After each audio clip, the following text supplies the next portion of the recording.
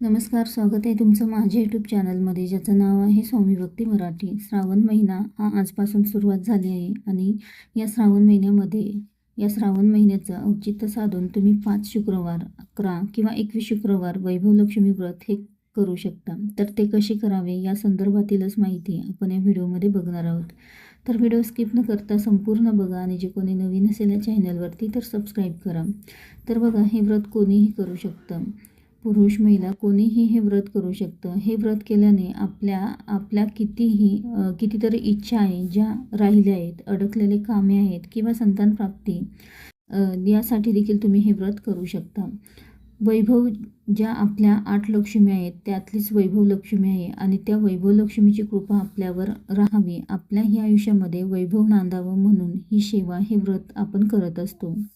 श्रावण महिन्यामध्ये आपण ज्या पद्धतीने ज्योतीचे व्रत करत असतो प्रत्येक शुक्रवारी, संपूर्ण श्रावण महिन्यामध्ये आपण प्रत्येक शुक्रवारी ज्योतीची पूजा करत असतो, त्याच पद्धतीने आपल्याला वैभवलक्ष्मी व्रत हे प्रत्येक शुक्रवारी करायचं आहे.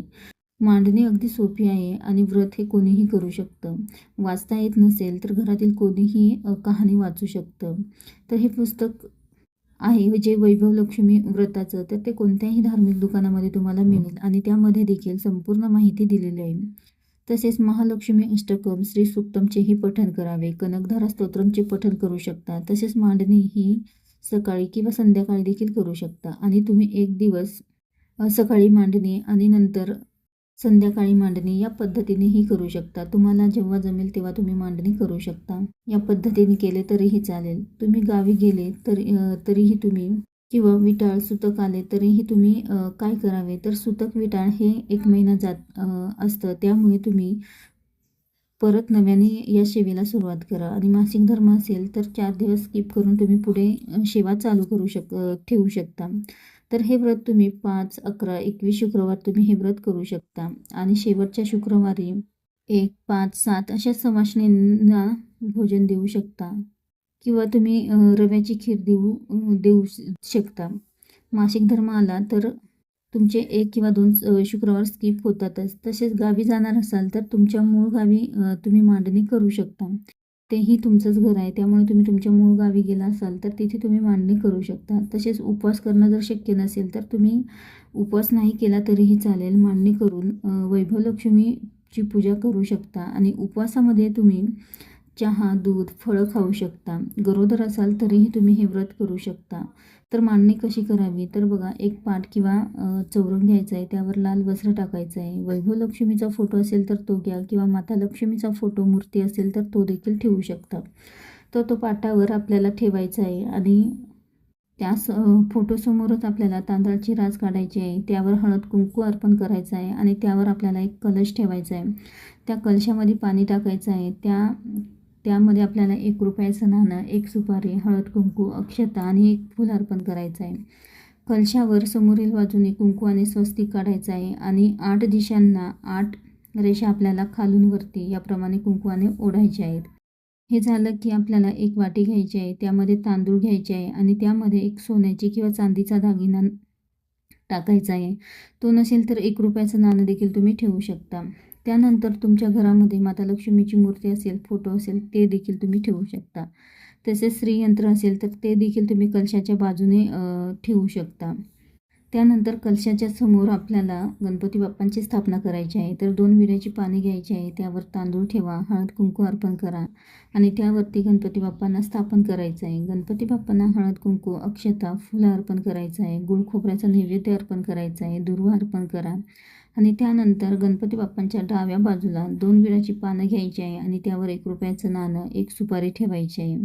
त्यांना देखील हळद कुंकू, अक्षता, धूप अर्पण करायचं आहे, ओवाळून घ्यायचं आहे. त्यानंतर कलशाच्या डाव्या बाजूला घंटा आणि उजव्या बाजूला शंख ठेवायचा आहे.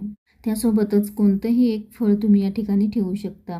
बस इतकीच आपल्याला मांडणी करायची आहे, अगदी साध्या आणि सोप्या पद्धतीने. त्यानंतर गणपती बाप्पांची पूजा करा. वक्रतुंड महाकाय सूर्यकोटी समप्रभ निर्विघ्न कुरु मे देव सूर्यकार्येषु सर्वदा.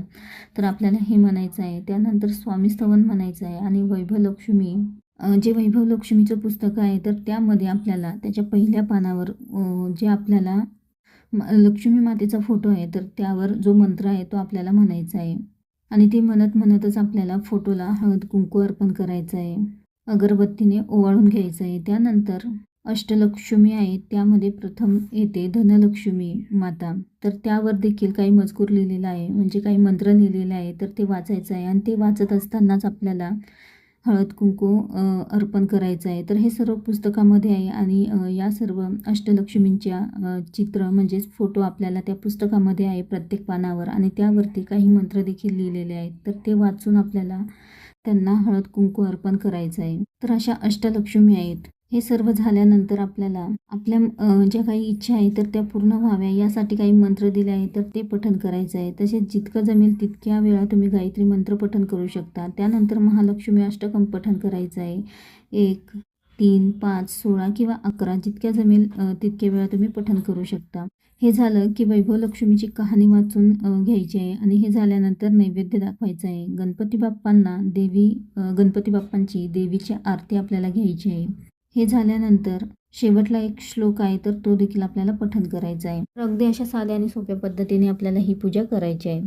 त्यानंतर या व्रताचे नियम काय तर बघा, संपूर्ण महिनाभर आपल्याला मांसाहार करायचा नाही आणि घरात देखील आपल्याला ते बनवायचं नाही. घरात देखील आपल्याला मांसाहार बनवायचा नाही. तर हे नियम आपल्याला पाळायचे आहे.